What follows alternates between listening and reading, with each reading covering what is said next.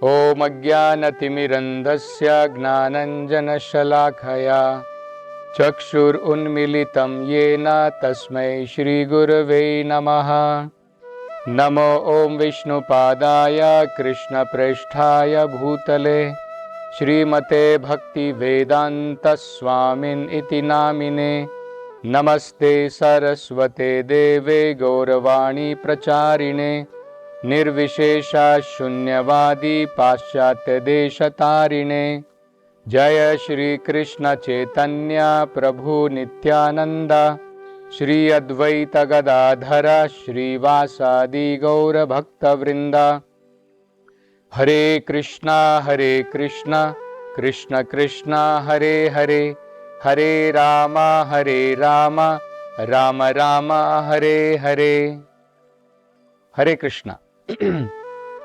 आप सभी भक्तों का आज की पुण्य कृष्ण कथा में हार्दिक अभिनंदन है।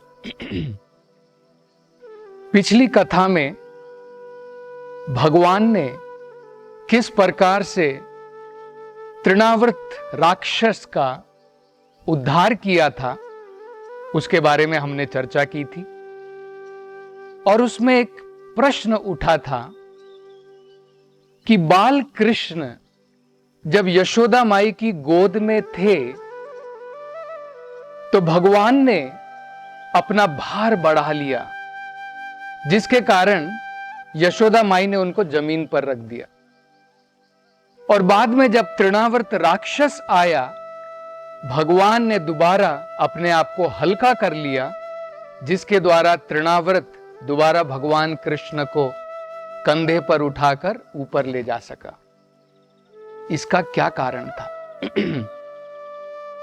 आचार्य बताते हैं कि भगवान कृष्ण त्रिकाल अग्नि है। तीनों कालों में भूतकाल, वर्तमान काल, भविष्य काल सब भगवान स्वयं जानते हैं। भगवान को आभास था कि कंस के द्वारा भेजा गया तृणावर्त राक्षस अब व्रज भूमि में गोकुल में प्रवेश कर रहा है। वो जानते थे कि वो एक बवंडर के रूप में आएगा और भगवान कृष्ण को उठा करके लेके जाएगा। भगवान नहीं चाहते थे कि जब वे यशोदा माई की गोद में हो, उनकी गोद से तृणावर्त भगवान को ना लेकर के जाए, क्योंकि किसी भी मां के लिए अत्यंत कष्टदायी, असहनीय है अगर उनका बच्चा उनकी गोद से छीन लिया जाता है। इस कारण भगवान कृष्ण ने अपना भार बढ़ा लिया। यशोदा माई ने इसलिए उनको जमीन के ऊपर रख दिया। और जब भगवान चाहते थे कि मैं तृणावर्त के साथ जाऊं, तो भगवान ने अपने आप को हल्का कर दिया और उसका वध करने के समय में दोबारा अपनी महिमा शक्ति के द्वारा भगवान अत्यंत पर्वत से भी ज्यादा भारी हो गए, जिसके कारण तृणावर्त नीचे आ गया और उसका वध हो सका। इसके बाद क्या हुआ? इस घटना के उपरांत वसुदेव बड़े सतर्क हो गए। उन्हें आभास हो गया कि कंस बार बार मथुरा से अनेकों राक्षसों को गोकुल भेज रहा है, नंद बाबा के घर। तो उन्होंने क्या किया? उन्होंने अपने कुल के पुरोहित गर्ग मुनि को बुलाया और उनसे निवेदन किया, कृपा करके आप गोकुल जाइए नंद बाबा के घर, और मैं चाहता हूं कि आप उस बच्चे की भविष्यवाणी कीजिए। भविष्य में किस प्रकार से कृष्ण, कौन सी विपत्ति उनके ऊपर में आएगी, क्या घटना घटेगी, कृपा करके इसका विचार कीजिए। तो वसुदेव के कहने के उपरांत गर्ग मुनि नंद महाराज के घर गोकुल पहुंचे। नंद महाराज ने गर्ग मुनि का अत्यंत हृदय के साथ में स्वागत किया, उनका अभिनंदन किया और उनसे एक बड़ी सुंदर बात कही। नंद महाराज कहते हैं कि हे श्रेष्ठ ब्राह्मण, आप ब्राह्मणों में भी श्रेष्ठ हैं, आपको पूरी ज्योतिष विद्या का भी ज्ञान है, लेकिन आप जैसे महान संत हमारे गृहणियों के जीवन में, गृहस्थ के जीवन में केवल इसलिए आते हैं कि आप उनको कुछ आत्म साक्षात्कार का ज्ञान प्रदान कर सके, और कोई कारण नहीं है। यह बड़ा महत्वपूर्ण है। प्रश्न उठ सकता है, गृहिणी लोग या गृहस्थ लोग वो साधुओं के पास में क्यों नहीं जाते हैं, वो संतों के पास में क्यों नहीं जाते हैं, संतों को उनके घर में आने की क्या जरूरत पड़ती है? तो नंद महाराज कहते हैं, गृहिणी जो होते हैं, जो अपने घर से बहुत अत्यधिक आसक्त हैं, ऐसे व्यक्ति दीन चेतसाम, दीन चेतसाम का मतलब होता है पुअर हार्टेड, मतलब उनका हृदय विशाल नहीं है, कृपण हो गया है। वो सोचते हैं कि मेरे जो घर की जो अनेकों प्रकार की जिम्मेदारियां हैं, परिवार की जिम्मेदारियां हैं, वो मेरी प्राथमिक, वो मेरे जीवन में प्राथमिक है। ये आध्यात्मिक ज्ञान वगैरह ये सब द्वितीय है, ये बाद में देखेंगे। तो दीन चेतसाम, उनके ऊपर दया करके ऐसे महान संत इन गृहिणियों के घर में जाते हैं और उनको ये आत्म साक्षात्कार का ज्ञान प्रदान करते हैं। उसके बाद में नंद महाराज ने निवेदन किया कि आप मेरे घर में आए हैं, हमें ये आत्म साक्षात्कार का ज्ञान आपका एक प्रकार से संग देने के लिए आप आए हैं, इसलिए मैं आपसे प्रार्थना करता हूं, कृपा करके मेरे दोनों बच्चों का नामकरण कीजिए। आपके जैसे महान संतों के द्वारा मैं चाहता हूं उनका नामकरण हो। गर्ग मुनि ने कहा, नंद महाराज, आप मुझे ये नामकरण समारोह करने के लिए कह रहे हैं, लेकिन शायद तुम्हें ये ज्ञात नहीं है कि कंस अत्यंत भयभीत है। वो उस बच्चे को ढूंढ रहा है जो उसका काल बन करके आया है 8वें पुत्र के रूप में। मैं यदुकुल का कुल पुरोहित हूं, और अगर मैं ये समारोह करूंगा तो उसको संदेह पैदा हो जाएगा कि हो ना हो यही वो पुत्र है जो वसुदेव का पुत्र है और अब नंद बाबा के घर में है। दूसरा एक और कारण है, नक्षत्रों के अनुसार, ज्योतिष विद्या के अनुसार देवकी को कोई पुत्री नहीं होनी थी। यह संदेह भी कंस को है, उसे ज्ञान है। ज्योतिष शास्त्रों के अनुसार देवकी को पुत्री का जन्म नहीं है।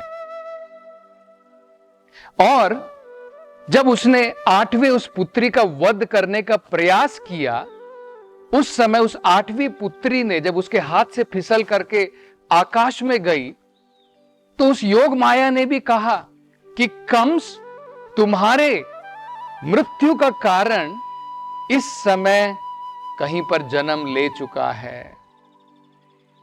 इसके कारण भी अब वो उस बच्चे को ढूंढ रहा है। और ऊपर से कंस को ज्ञान है कि तुम और वसुदेव संबंधी हो, तुम्हारा परस्पर अनेकों प्रकार से संबंध बना हुआ है। इन सब कारणों के कारण अगर मैं ये समारोह करूंगा तो जरूर कंस को संदेह हो जाएगा और वो फिर और तेजी के द्वारा गोकुल में अनेकों प्रकार के संकट पैदा करेगा। लेकिन नंद महाराज इन साधु संत उनके घर में आए थे, ये अवसर वो खोना नहीं चाहते थे। इनके हाथों के द्वारा, इनके द्वारा ही जो है मेरे बच्चों का नामकरण हो, वो बहुत महत्वपूर्ण है। देखिए, ये बड़ा महत्वपूर्ण संदर्भ है। जब हम जन्म लेते हैं इस भौतिक संसार के अंदर में, हम जो हैं अशुद्ध होते हैं, कहा जाता है वेदों में, जन्म जायते शूद्र, जन्म से हम लोग सब शूद्र हैं।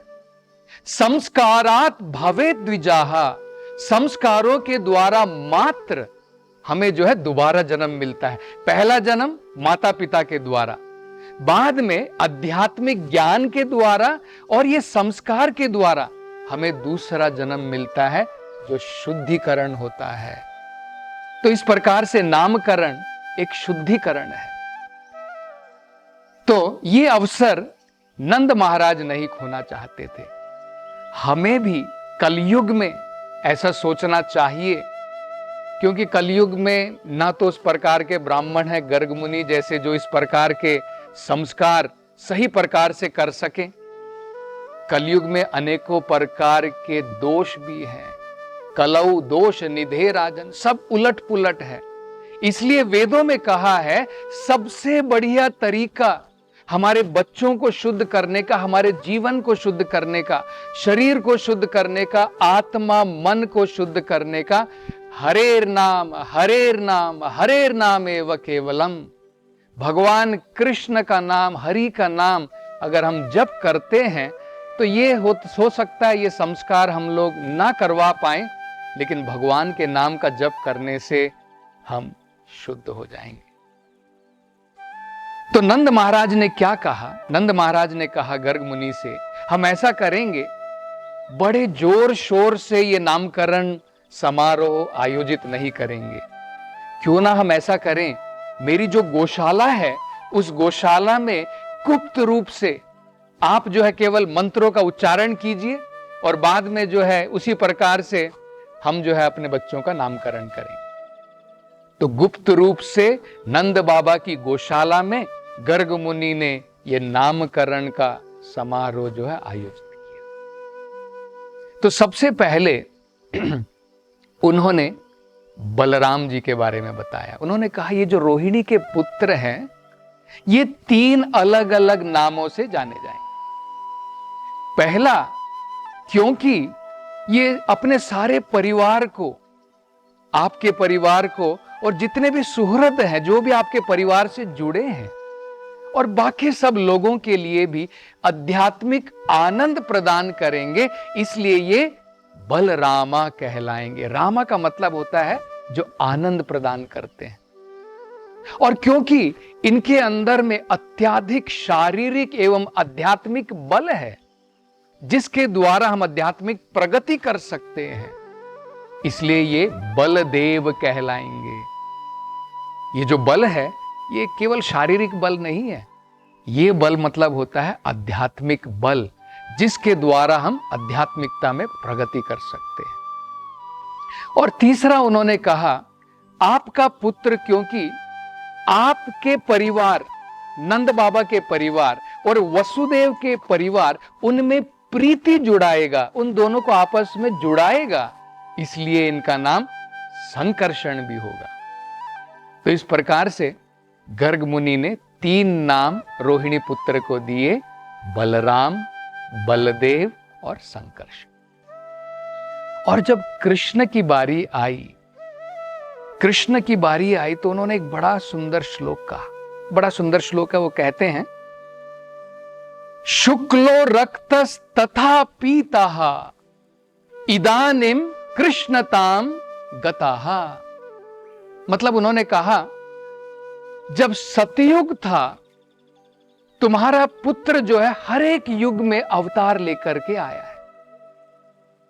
जब सतयुग था शुक्ल रूप में आए, सफेद रूप में, उनको जो है हंस अवतार भी कहा जाता है। यह भी वेदों में बताया है। क्या होता है, भगवान के अलग अलग युग में अलग अलग अवतार है। जैसे सतयुग में भगवान का ये हंस का अवतार था और उनका एक बहुत महत्वपूर्ण कार्य रहता है उस युग के लिए, युग धर्म देने का। सतयुग का धर्म क्या था? सतयुग का धर्म था कृते यद ध्यायतो विष्णुम, भगवान के ऊपर ध्यान लगाना। उस युग में भगवान की प्राप्ति कैसे होती थी? ध्यान के द्वारा। तब उन्होंने कहा त्रेता युग में आपके ये पुत्र रक्त लाल कलर में थे, इन्हें यज्ञेश्वर कहा जाता था। और उन्होंने उस समय में क्या युग धर्म दिया? त्रेतायाम यजतो मखई, यज्ञ के द्वारा भगवान की प्राप्ति की जाती थी। और द्वापर युग में इदानिम कृष्ण गताः, अब ये श्याम सुंदर वर्ण में आए हैं। और कलयुग में पीत वर्ण में है, स्वर्ण के वर्ण में है, चैतन्य महाप्रभु के रूप में। तो द्वापर युग में भगवान ने जो युग धर्म क्या था? द्वापरे परिचर्यायाम, मंदिरों में बड़ी बड़ी पूजाएं होती थी, इसके द्वारा भगवान की प्राप्ति होती थी। और कलयुग में चैतन्य महाप्रभु जो स्वर्ण रूप में आए हैं, उन्होंने क्या युग धर्म फैलाया? कलौ तद हरि कीर्तनात्, कलयुग में भगवान हरि का कीर्तन। और उन्होंने कहा इनको वसुदेव के नाम से भी पुकारा जाएगा। वासुदेव, क्योंकि पहले कभी ये वसुदेव के पुत्र के रूप में उन्होंने जन्म लिया। तो मतलब क्या है? अप्रत्यक्ष रूप से हिंट दे रहे थे कि नंद बाबा आप बड़े भाग्यवान हैं, ये तो एक्चुअली वसुदेव के पुत्र हैं, लेकिन आपके घर में भगवान अपनी लीलाएं रचा रहे हैं। और उन्होंने कहा इनको कृष्ण भी कहा जाएगा, क्योंकि सर्व आकर्षणमयी है, सबको अपनी तरफ आकर्षित करते हैं। बाद में गर्ग मुनि ने कहा इनके केवल 1 या 2 या 3 नाम नहीं है, लीलाओं के अनुसार उनके बहुत सारे नाम हैं। गोपाल है, गोविंद है, गिरिधारी है, लीलाओं के अनुसार इनके अनेकों नाम हैं। तो ये जो है भगवान कृष्ण के बारे में उन्होंने बताया। अब हम आगे देखेंगे कि इस नामकरण करने के पश्चात जब गर्ग मुनि वापस चले गए, कृष्ण और बलराम उन्होंने किस प्रकार से नंद बाबा और यशोदा माई और सारे व्रजवासियों को अपनी अनेकों प्रकार की बाल लीलाओं के द्वारा किस प्रकार से आध्यात्मिक आनंद के अंदर में डुबो दिया, उसका हम जो है थोड़ी चर्चा करेंगे अगली कथा। हरे कृष्ण। हरे कृष्ण मूवमेंट के संस्थापक आचार्य श्रील प्रभुपाद की हार्दिक इच्छा थी कि भगवान श्री कृष्ण और श्रीधाम वृंदावन की महिमा का पूरे विश्व में प्रचार हो। हमारी आगामी मंदिर सह सांस्कृतिक परियोजना वृंदावन चंद्रोदय मंदिर श्रील प्रभुपाद के इसी उद्देश्य को समर्पित है। परियोजना के मध्य में भगवान श्री कृष्ण का एक भव्य मंदिर होगा, जिसमें हरी वनस्पतियों से आच्छादित सुंदर बगीचे, स्वच्छ जल की झीलें और छोटे छोटे पहाड़ियों से गिरते हुए झरने होंगे, जो मंदिर परिसर को अत्यंत ही सुशोभित करेंगे।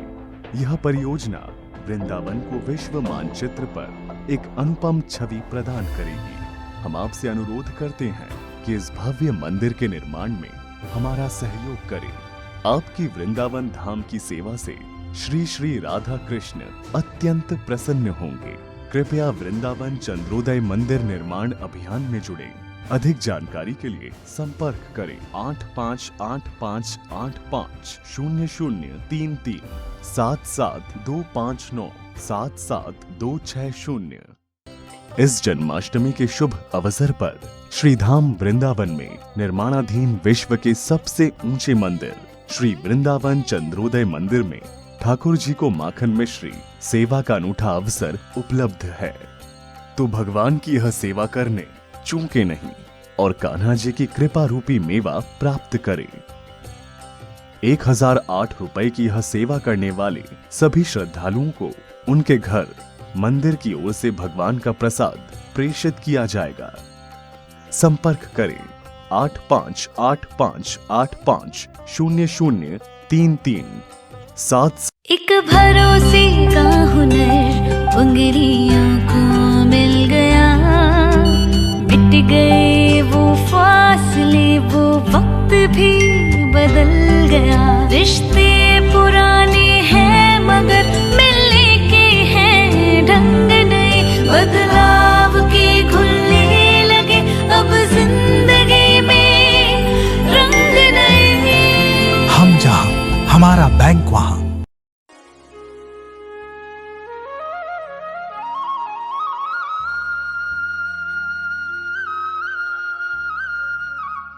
हल्दीराम परिवार की ओर से आप सभी को जन्माष्टमी की हार्दिक शुभकामनाएं।